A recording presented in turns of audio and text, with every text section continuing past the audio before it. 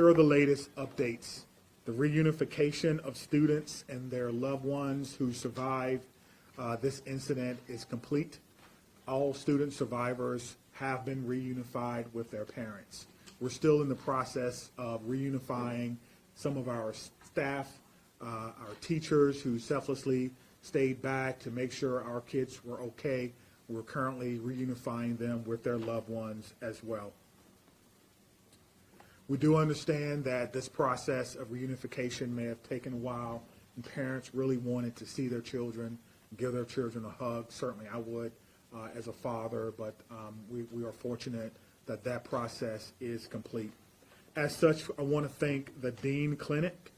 This clinic actually shut down their doors today in order to provide a space so that students who survived this incident could be reunified with their loved ones, and we thank them for doing this.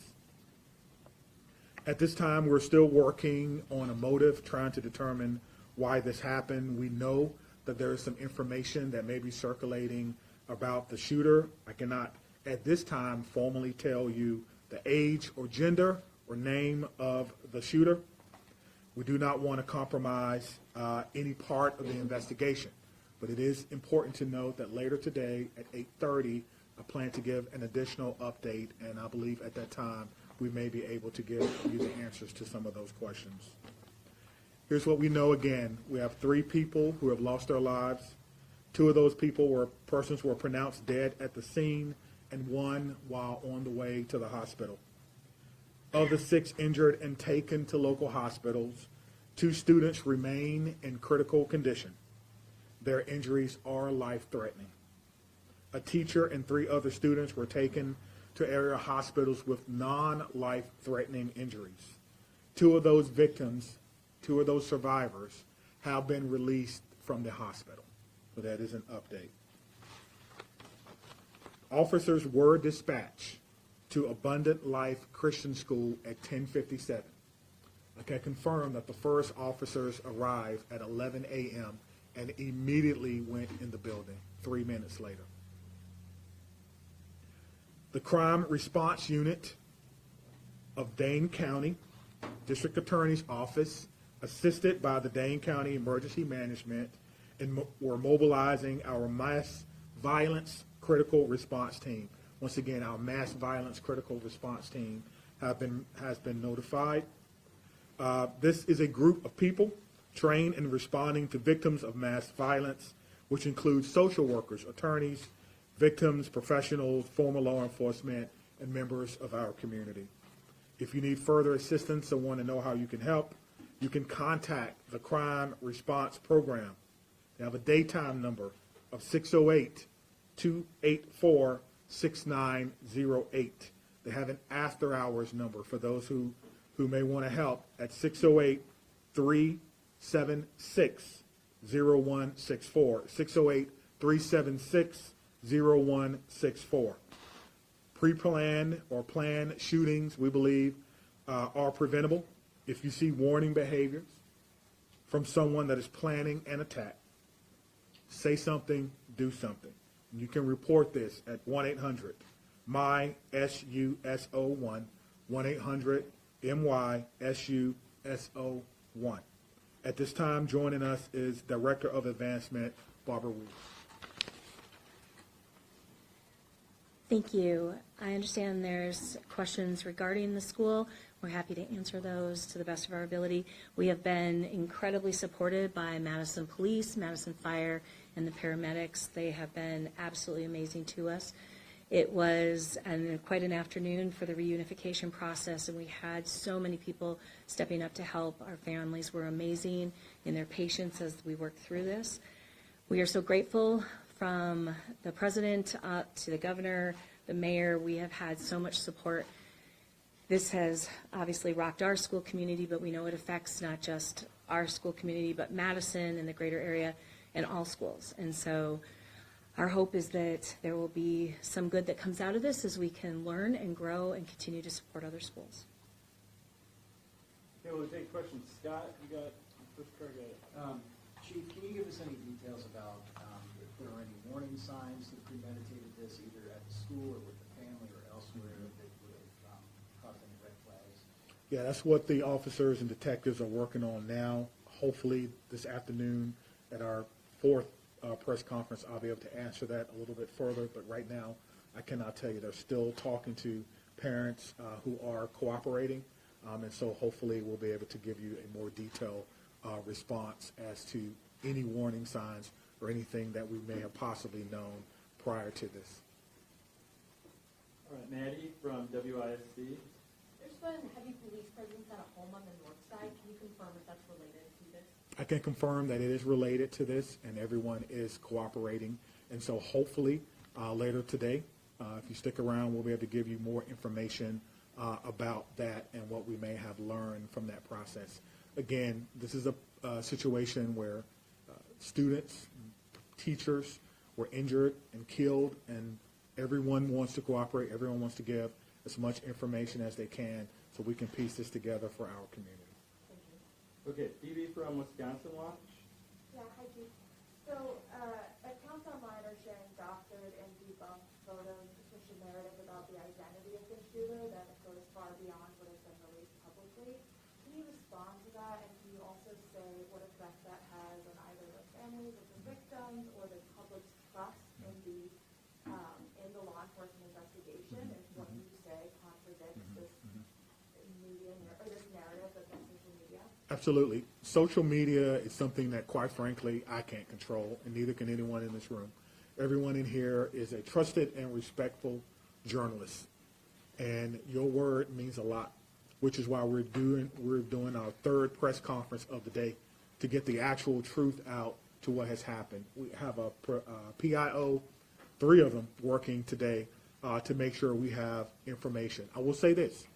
If you're listening to this or you're at home and you're thinking about reposting or sending something that did not come from someone in this room, a trusted and respected journalist, or did not come from us, please don't do that. Because to answer the second part of your question, what that does is it does help erode the trust in this process, and that's all we have. And also, it could further fan the flames, if you will, of misinformation and of fear at a time where we need to come together and not be divided by anything. All right, WMTV. Hello. Although unfortunate to ask about, were there any lessons learned from back in May from the Mount Horeb shooting that you guys used in action today?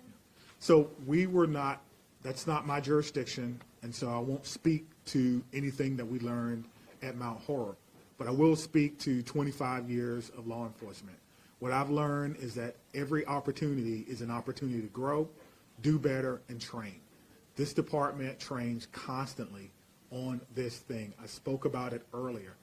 We train as far recent as actually today, because our set medics were training at the training center 3 miles away, and their training day turned into an actual response. So as far as the incident at Mount Horeb, it wasn't my jurisdiction. So the only thing that I can tell you is we try to learn from everything and try to get better. Even this one, we'll do an after-action debrief once everything is done, and we'll talk about how we responded. Is there anything that we can do better? Continuous improvement is one of our core values, and we take that very seriously. All right, Laura from the Journal-Sentinel. Do you have any idea where the gun came from? Did it belong to the shooter? Did it belong to parents? I do not know. That's part of the investigation process. We're trying to determine that. We're lucky to have great partners at the ATF. They obviously have a program that you're all aware of called the TRACE program. And so we're working with them to try to find the origin of this, and I have no doubt that we'll be able to do that with their help. They are amazing partners, along with our partners from the FBI. It was a handgun, right? I confirmed earlier it was a handgun. WKOW Madison. Okay. All right, Cody. Yeah, can I ask Barbara a question? Is that okay? Just curious, what kind of safety protocols are in place in the school? Do you have metal detectors, police on staff, kind of anything like that? Does this kind of change the way things will be looking for? I know it's kind of early to ask that. We're a small private Christian school here on the east side of Madison. We serve 3K to 12.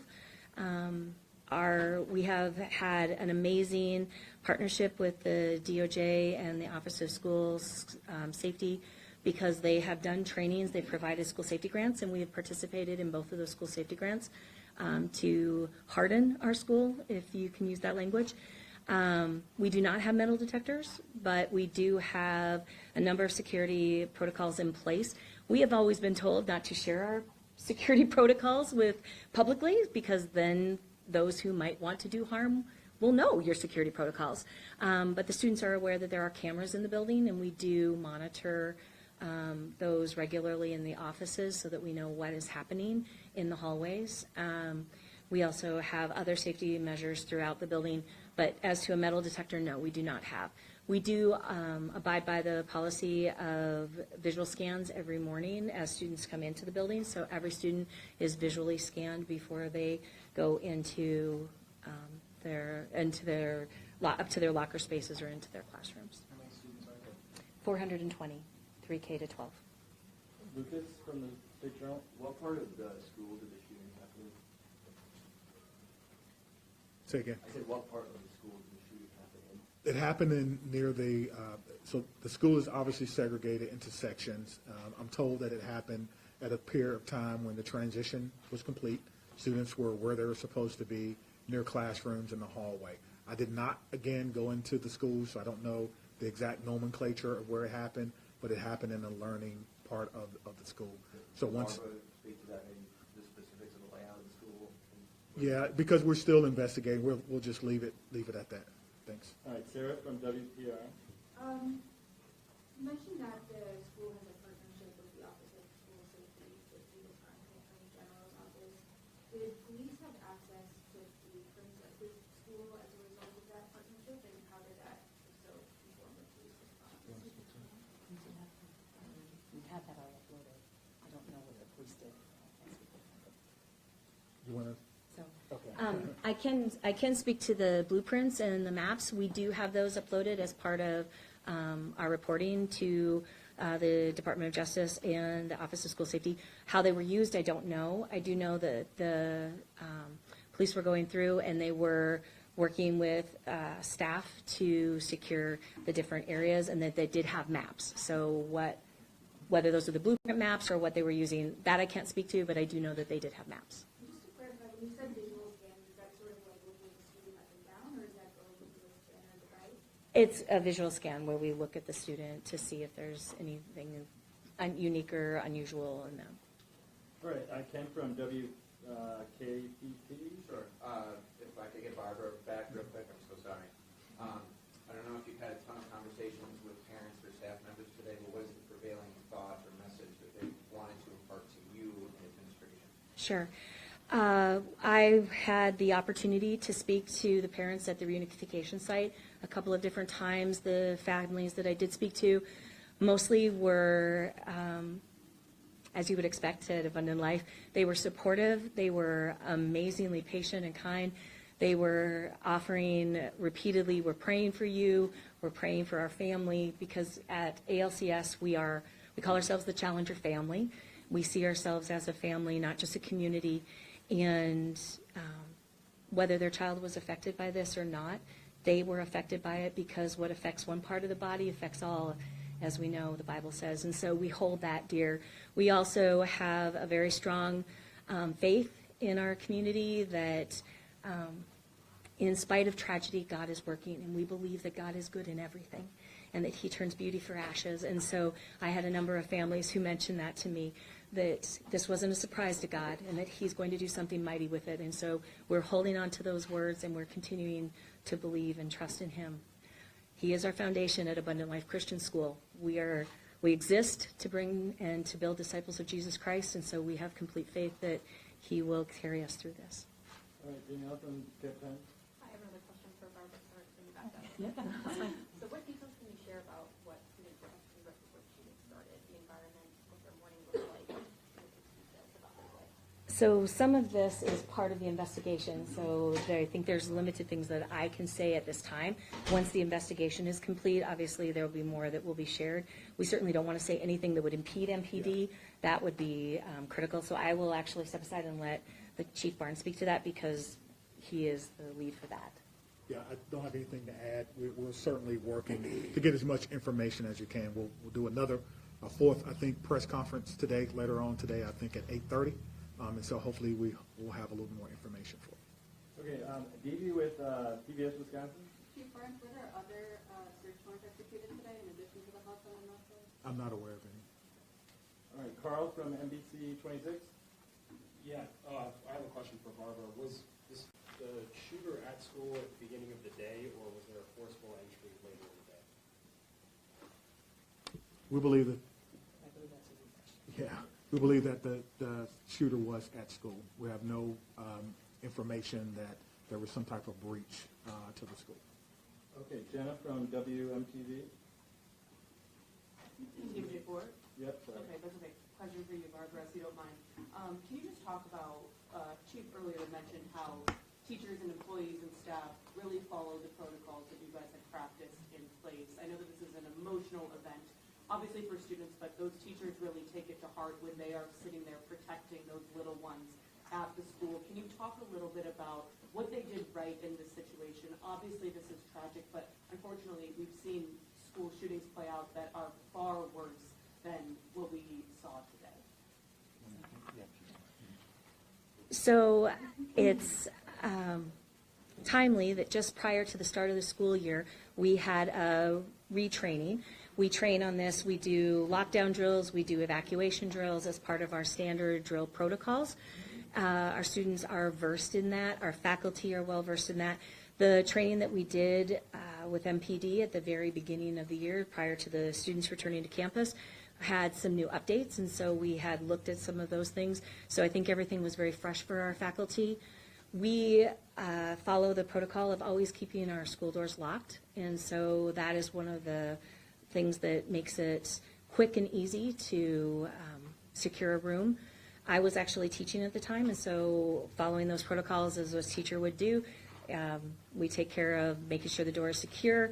We shut the door down. We get the students to a safe part of the room, and we prepare. The students handled themselves magnificently. I cannot tell you how well our students did in that process. They were clearly scared when they realized, when we practice, we always say, this is a drill. It is just a drill. When they heard lockdown, lockdown, and nothing else, they knew it was real. But they handled themselves brilliantly. And our faculty, kudos to them for following the protocols, keeping their students safe, doing what we have been trained to do. And so much credit of that goes to the Department of Justice and the Office of School Safety. We have been through a number of trainings by them, and we follow their standards. And while we had never hoped to actually employ them, today they helped keep students safe. We have an additional comment. I'm Trish Kilpin, the Director of the Office of School Safety at Wisconsin DOJ, and I just would like to reiterate something Chief Barnes had mentioned earlier, and that is that targeted violence is preventable. That when somebody conducts a school shooting, they don't simply snap. They don't just decide one day to engage in this egregious behavior. Instead, they make a decision and start research and planning towards an act of violence. And when they're on that pathway to violence, they often demonstrate observable behaviors that others notice. 82% of the time, somebody knows about a school shooter's plan to attack a school. So I encourage all in the community, students, parents alike, to report to Speak Up, Speak Out Wisconsin, our 24/7 call center, where we do receive concerns about planned school attacks and deliver them locally to local law enforcement and schools to intervene to prevent violence. Can you say and spell your first and last name, please, sir? Trish Kilpin, TRISHKILPIN, Director, Wisconsin DOJ, Office of School Safety. All right, Charlie from WRT. Yeah, this has question is for Director Lear. I know that the school is on the last days of classes before winter break. What are your school's plans for the rest of the week, and what kind of community processing, understanding that you might not know yet, Sure. you have in the works? So at this time, the school is a crime scene, so the students nor staff can be on site. We want to make sure that we work in tandem with Madison Police and have them do everything that they need to do. So we will abide by their standards, and when they say we can be back in the building, we'll return back to the building. We do have a goal of trying to get our staff together here early in the week and then try to have some community opportunities for our students to reconnect before the holidays. Whether we will return to classes this week, because this was our last week, we were done on Friday, is still to be determined. I do know that there is talk of a public vigil down at the Capitol. We are so grateful that we have this amazing support from the community, and so we thank them for that. Our families will, I would guess, participate in that, and I'm sure that as we move forward, we will have more plans of what we will do specifically for them. Our focus today was the reunification of getting kids to their families. All right, we don't have too many more. Whitney from CNN. Through the parent cooperation, and I know you're reluctant to talk about more than this one because there's so much to know, but have they given you any indication that they know perhaps what's another? They're still in interview, so we don't know what they're telling our detectives. I can only tell you that because they're still in interview, because they're still talking, we are getting cooperation from them. As to the specifics of what they're saying, we don't know that. One of the things that we try to do, that we've learned doing interviews with people who are cooperative, is not to interrupt. And so I would not want to interrupt the interview just to give information. We'll come back a little later. If we can have more information, we'll do that. Thank you. All right, Rob from Fox 9. All right, Adam from CBS Milwaukee. For the chief, right here. What can you tell us about whether these victims were targeted at all, and are there cameras inside the school? Yeah, I think whether they were targeted or not would speak to motivation, and we don't know that answer just yet. But I do believe the director stated that there were cameras inside the building, public space cameras. Dane from, go ahead. How many shots roughly were fired? No, we do not know that. That will be a part of the forensic investigation. Our crime scene investigators will be going through that. And we have also have been offered help from the FBI if we needed additional help to actually process the scene as well. But right now, that's a question that we really cannot answer. Okay, Nick from WISN. Is anyone in custody, and is there any reason to think that there was anybody else involved? There is not, no. Brett from Fox 6. Were there any other weapons or notes left behind? Not that I'm prepared to share now. Bob from ABC News. Good. Yeah, we were wondering where the mayor is right now, and what is more important for her than attending this press? She was here earlier. She gave her statements, which I thought were very appropriate. We're going to do multiple press conferences, and so we want the focus to be on information for the community that's going to come from the police department. So that is what I will tell you. She was here earlier, and maybe you missed it, but she was here. And I also want to say that Will she attend later tonight? I do not know that. I do not know that. But I do know she was here when we had our main press conference. Additionally, we have been receiving a lot of calls. I was on the phone with the Attorney General, Merrick Garland. I know we did receive a call from the President in his office and several others from around the state, including the governor. And so we thank them for their interest in that. Okay, Mills from News Nation. This is for Barbara. Do you guys have a school resource officer? And then also, too, is the school one level, two level? When you walk in, what's that look like? Sure. Yeah. 2 levels. Sure. So we do not have a school resource officer. Again, as a small school, that is outside of our possibilities right now. We are a 2-level school, so there's 2 tiers to us. We are shaped as a giant L. We have a main entrance through that is secured during the school day. So anyone coming in after school hour, once school starts at 8:05, would need to buzz in and be let in. All right, I'll let Chief Barnes close us out, and then we'll be back at 8:30. So again, I want to thank everyone for being here, Chief, everyone for all the support. This has been really a day of collaboration, a day of preparation, a day in the making that we hoped would not happen. Again, as someone who was a former public school teacher, teaching history for 4 years in a public high school, as someone who's a father, this is a tough day for me. It's a tough day for our community. It's a tough day for everyone. It's a sad day. It's a day that will be certainly etched in the collective memories of everyone in Madison, and just another example of what can happen in our country. We have to do better. We have to collaborate with each other. We have to understand the warning signs, and we have to use our resources when we see things that may be going wrong or someone who may be going off the beaten path. That's the charge really to our country now, and we have to do a better job of taking care of each other. And so all children have been reunified with their parents. And these children are now the latest group of survivors of a school shooting, this time, unfortunately, in Madison, Wisconsin. We will try to come back around 8:30 with additional information for our fourth press conference of the day. Thank you for being here.